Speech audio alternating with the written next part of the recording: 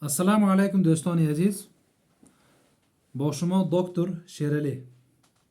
дӯстони азиз, шахсоне ки аз невроз азият мекашанд, гапҳои манро бо диққат гӯш кунед. якумаш, баъзе маълумотҳое ки ба шумо фоида мекунад гуфта мегузарам. якумаш, ҷои кори ман дар шаҳри Истаравшан мебошад. шахсоне ки аз дигар ноҳия ё ки вилоятҳо нияти омадан доранд, аввал ба ватсапи ман муроҷиат кунед. аз шумо ин чизро мепурсам. баъд шахсоне ки омада наметавонад, хело дур аст,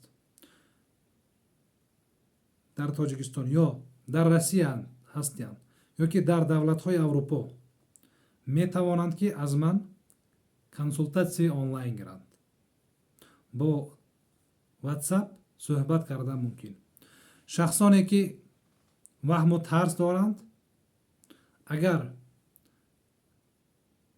таҳлили пешоб, хун, таҳлили гормонҳоро супорида бошанд, ЭКГ, томография, УЗИ дилро кардагӣ бошанд, метавонанд ба ватсапи ман партоянд. ана ҳамин хел. баъд бемории невроз. Невроз як номи умумӣ аст. тревогами, фобия, обсессивный невроз, астеник невроз, обсессивный компульсивный расстройство, яъне ташхисҳои гуногун вуҷуд дорад. ин касалиҳо дар международная классификация болезни кодҳои худашро доранд. фаҳмидед? аз ҳисоби ин касалии невроз одам намемурад, вафот намекунад. лекин ин касалӣ беморро бисёр ба бемор азоб медиҳад. шахсоне ки невроз ҳастанд, метавонанд як бор ба пеши ман омада 45 дақиқа 1 соат суҳбат карда консултатсия гиранд, мондагиашро бо алоқаи телефон кор кунем. ё ки агар хоҳед, касе хоҳад ба ватсап муроҷиат кунад ва консултатсияҳои 3 соата ё 4 соатаро договор кунем. яъне агар шумо хоҳед ки аз ман дар муддати 2 соат ё 3 соат ё 4 соат консултатсия гиред, муроҷиат кунед, як вақташро таъин мекунем.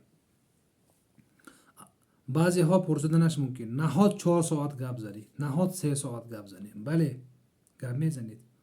аввал ташхис мондан 35, 40, 45, 50 дақиқаро дар бар мегирад. баъди ин ман гап мезанам, ин касалӣ чӣ хел касалӣ, таъсири стресс ё ки таъсири невроз ба органҳо, яъне ба мисол рӯда, ба талхадон, ба дасту пойҳо, ба дил чӣ хел таъсир карданаш мумкин, нақл мекунам. дар бораи фикркунӣ, хаёлҳо, ҳиссиёт, дар бораи ҳаракат, боварӣ, одатҳои зарарноке ки бемор мекунад, ҳамин чизҳоро фаҳмонданам мумкин. як бор бо духтур гап задан 2 соат ё 3 соат давом карданаш ҳам мумкин. албатта нархҳояш ҳар хела мешавад. яъне касе ки 40 дақиқа ё 50 дақиқа яъне консултатсия мегирад, ин дигар гап. лекин консултатсияҳои калом ки дар қисми аввалаш ман саволу ҷавоб карда ташхис мемонам, дар давомаш тавсияҳоро, яъне психотерапияро худам гуфтанам мумкин.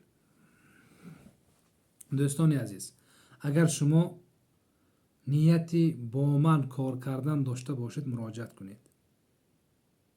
агар нияти шумо ҷиддӣ набошад, аз шумо мепурсам ки илтимос безота накунед. ман корҳои бисёр дорам. аз пагоҳи хеста беморҳоро мебинем. тенболи ҳозир дар бораи оид ба касалиҳои кифт, миён, зону бисёр китоб хонда истодам. бисёр мисол информатсия кофта бисёр чизҳоро аз худ карда истодам.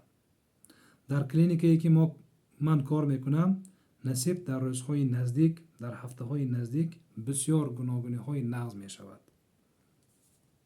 ана мисол аз 23:14 гузашт шаб, баъди тайёр кардани ин видео ман боз кор дорам. вақти як одамро ҳурмат кунед. баъзеҳо фикр мекунанд ки ман бояд бо духтур сразу он вақте ки ман мехоҳам суҳбат кунам. ин хел намешавад. ба ман тасаввур кунем ки як одаме ки дар ҷамъият вабшу обрӯш надошта бошадам, аввал ман аз ҳамин одам вақташро мепурсам. дағл карда гӯям марди кор бошад, эй фалончӣ, ту вақт дорӣ ё не гуфта мепурсам. баъд вақташро таъин мекунем. ин инсонигарӣ аст. баъзеҳо навистанаш мумкин ту духтур нестӣ гуфта. ман духтур набошам, ту барои чӣ муроҷиат кардӣ? барои чӣ навист истодӣ? ҳисобе ки ту шерали доктур нест мегӯӣ, ман аз уже нодухтур мешавам? Не.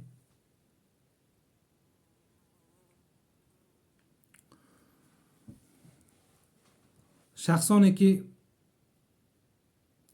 барои саломатӣ вақт ҷудо мекунад, яъне вақте ки аз ман консултатсия гирифта нияти кор кардан доранд, шахсоне ки ҳар рӯз барои машқ, барои дарсҳо вақт ҷудо мекунанд, барои вақт ҷудо кардан тайёр ҳастанд, марҳамат муроҷиат кунанд.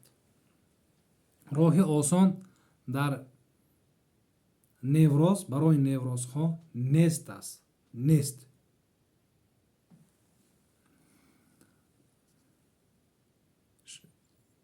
баъд он шахсе ки мисол дар оилаш, яъне баъзе ҳолатҳо дида мешавад ки эй доктур, мисол шавҳари ман иҷозат надода истодааст, ё ки эй доктур, ман шароит надорам, гуфта муроҷиат мекунам. дӯстони азиз, ман якта ҳастам, шумо хеле бисёр ҳастед. ман робот не, 24 соат кор карда наметавонам. чӣ хеле ки гуфтам, ғайр аз бо беморҳо онлайн кор кардан низ, баъди кор низ кор дорам. ба ҳамаи шумо ёрдам расонда наметавонам. худаш кори ман ин бо неврозҳо хеле душвор аст. одами невроз даже ба хешу табораш маъқул намешавад. одами невроз даже ба худаш маъқул не.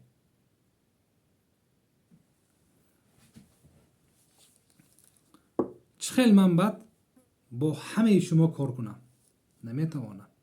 барои ҳамин низ план бо нақша консултатсияҳоро мекунам. агар худатон ҳаракат накунед, аз ман ягон чиз интизор нашавед. тенболе бо телефон як консултатсияро кардан 40 дақиқа 45 дақиқа гап задан кори осон не. дар Тоҷикистон ҳазорҳо миллионерҳо ҳастанд. чандин ҳазорҳо инсонҳо ҳастанд ки мошинҳои қиммат доранд. лекин дар Тоҷикистон 50 та психотерапевт нест. мумкин 10 та психотерапевт набошад. мана худатон гӯитон, чанд духтурро шумо дидед ки ба неврозҳо, бо беморҳое ки невроз дорад, бо роҳи психотерапия кор мекунад? чанд мутахассисро медонед?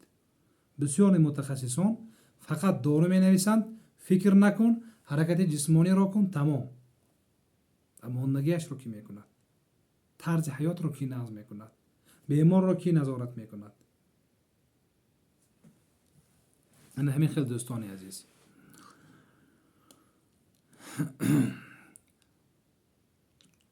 ба фикрам 4 та видео тайёр кардаги ҳастам. 120 савол, 120 ҷавоб, яъне 4 видео тайёр кардаги ҳастам ки оид ба невроз, дар бораи невроз 120 савол ҳаст ва ба ин 120 савол 120 ҷавоб ҳаст. касе ки нияти ана ҳамин видеоҳоро харидан доранд, ба ман муроҷиат кунед.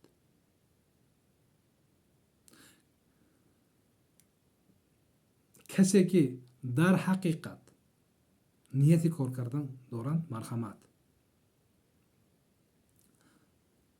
ба доруҳо начаспед. дар бисёр ҳолатҳо дида мешавад ки бисёр капелҳоро гирифтагӣ ҳастед. Не, дар вақти невроз капелҳоро нагиред. риасар, белакту, серебрализин, актавигин, миксидол, кавентон пулҳоро сарф мекунед, натиҷа сус мешавад, пачта намешавад. номерҳоро ватсапро мемонам. раҳмат.